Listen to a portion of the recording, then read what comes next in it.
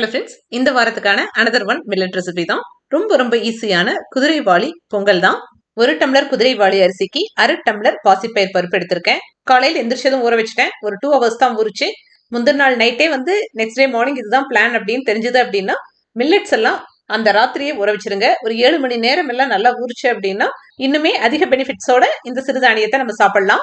நல்லா கழுவி ஊற வச்ச இந்த குதிரைவாளி அரிசிக்கு 1 டம்ளருக்கு 4 டம்ளர் அப்படிங்கிற ரேஷியோல டோட்டலா அரிசி பருப்பு எல்லாம் சேர்ந்து 1.5 டம்ளர் எடுத்திருக்கேன். டோட்டலா 6 டம்ளர் தண்ணி சேர்த்திருக்கேன். இப்போ இந்த பொங்கலுக்கு தேவையான உப்பும் இந்த தண்ணியிலேயே சேர்த்துட்டு ஒரு ஸ்டவ்ல மில்லட்ஸும் தண்ணியும் நல்லா கொதிக்கட்டும். இதுக்கு தேவையான தாளிப்பை ரெடி பண்ணிக்கலாம். ஒரு சின்ன தாளிப்பு கரண்டியில 2 ஸ்பூன் ஆயில், 1 ஸ்பூன் நெய் சேர்த்துட்டு கொஞ்சம் முந்திரி பருப்பு சேர்த்து லைட்டா முந்திரி பருப்பு கலர் சேஞ்ச் ஆகும் போது 1க்கு 2 தட்டுன மிளகை 1 ஸ்பூன் சேர்த்துக்கலாம். முழு மிளகு சேர்த்ததை விட இந்த மாதிரி தட்டி சேர்த்துக்கோங்க. ஏன்னா கொஞ்சம் காரம் நல்லா பிடிக்கும்.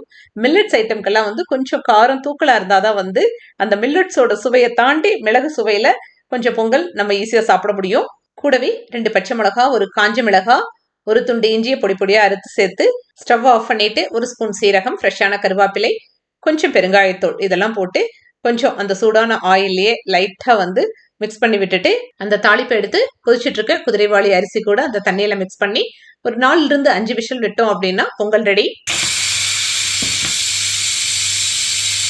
அந்த விசில் வரும்போதே வாசனை அவ்வளோ சூப்பரா இருக்கும்.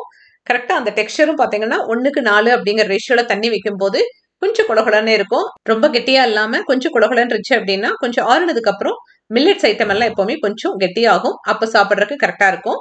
மில்லட்ஸ் பொங்கலுக்கு பெஸ்ட் காம்போ அப்படின்னா தேங்காய் சட்னி, கூடவே ஒரு பாதி சீத்தாப்பழமும் வச்சு ஹெல்த்தியான பிரேக்ஃபாஸ்ட் முடிச்சாச்சு அன்னைக்கு.